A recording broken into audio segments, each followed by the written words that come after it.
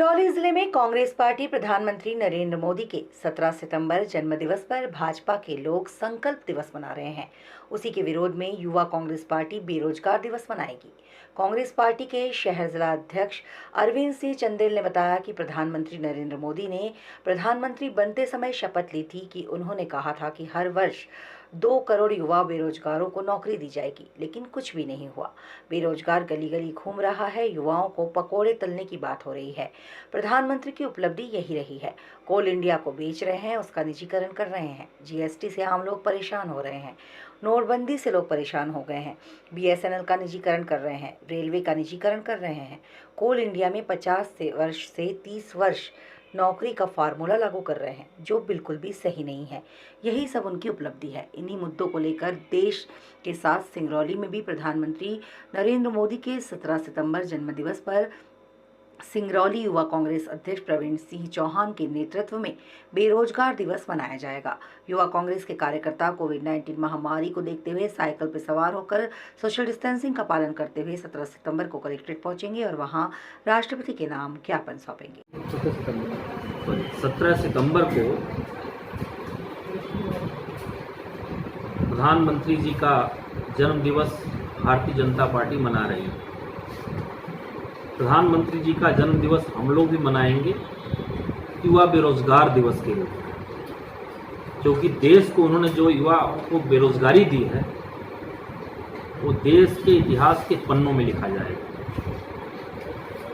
वो जब प्रधानमंत्री उनको बनना था तो उन्होंने ये कहा था अपने घोषणा पत्र में कि 1 साल में 2 करोड़ युवाओं को बेरोजगारों को मैं रोजगार दूंगा।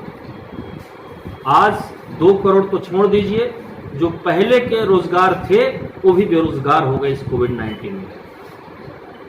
और आज सड़कों पे लोग हैं, कहीं किसी को रोजगार नहीं मिल रहा है, लोग परेशान हैं, भटक रहे हैं। और वास्तव में यदि भारतीय जनता पार्टी विकास दिवस के रूप में उनका जन्म दिवस मना रही है 1 सप्ताह तक, तो उनको इन बातों को लाना चाहिए, उनकी उपलब्धियों को लाना चाहिए।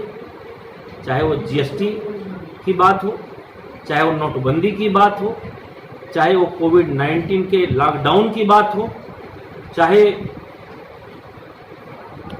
भारत हिंदुस्तान पेट्रोलियम को बेचने की बात हो, चाहे रेलवे के निजीकरण की बात हो, चाहे कोल इंडिया के निजीकरण की बात हो, चाहे कर्मचारियों को 50 वर्ष अधिकतम आयु सीमा या 30 वर्ष तक नौकरी से फोर्सली रिटायरमेंट देने की बात हो, इन सब में जिस तरह से देश को उन्होंने छला है, जिस तरह से देश को युवाओं को उन्होंने बेरोजगारों को बेवकूफ़ बनाया है, इन सब को लेकर उनका जन्म दिवस हम लोग युवा बेरोजगार के रूप में मनाएंगे। लगातार खबरों के लिए बेल आइकन दबाइए। हमारे साथ जुड़े रहने के लिए खबरगति न्यूज़ को सब्सक्राइब कीजिए। You can also follow us on Facebook. You can also follow us on Twitter. And you can also follow us on Instagram.